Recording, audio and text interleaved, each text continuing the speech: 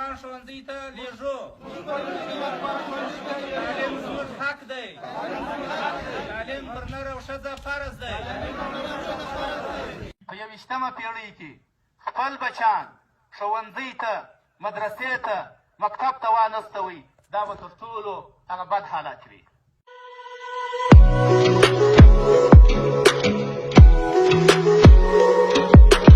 خویندې ته د تعلیم اجازه ورکوو. موږ د ټوپک پر ځای قلم غواړو. موږ د ټوپک پر ځای قلم غواړو. موږ د نجونو ښوونځی غواړو. نجونو ښوونځی غواړو. نجونو ښوونځی غواړو.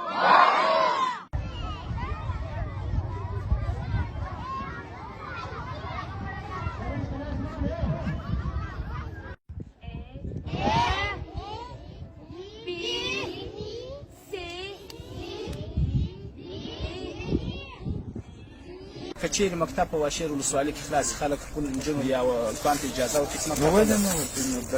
ړوند ښه دی که بنا ښه دی؟ ښه. اولاد د ړوند ښه خوند کوي. ته خپلو نجونو ته تعلیم اجازه ورکوې؟ ولې نه ورکوم چې ما ته دونې موقع خدای په لاس راکړي، دونې وخت زه پیدا کړم، دا ډېر ښه کار دی. نجونو تعلیم، نجونو ښوونځی، نجونو لیسه، نجونو لیسه، نجونو لیسه، ښوونځی، خپل حقوق.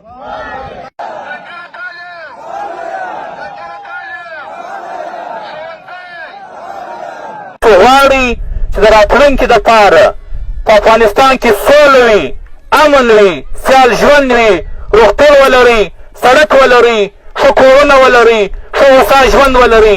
د هغې یوازینۍ لاره همدغه ده چې دغه جهالت ختم کړو، دا بېسوادي ختمه کړو او خپل بچیان ښوونځیو ته واستوو.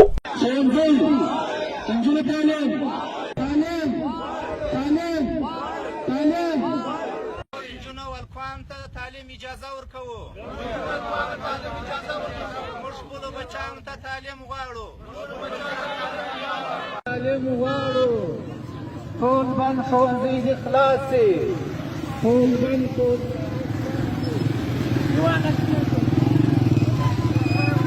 موږ خویندو ته د تعلیم اجازه ورکوو.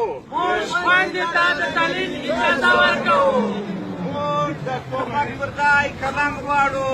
موږ د ټوپک پر ځای قلم غواړو. موږ د خویندو تعلیم غواړو. موږ خپل نجونې او هلکان ښوونځي ته لېږو.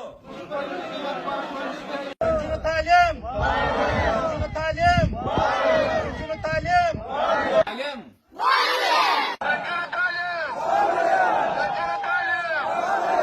موږ د نجونو او هلکانو ښوونځي غواړو. موږ د تعلیم حق غواړو.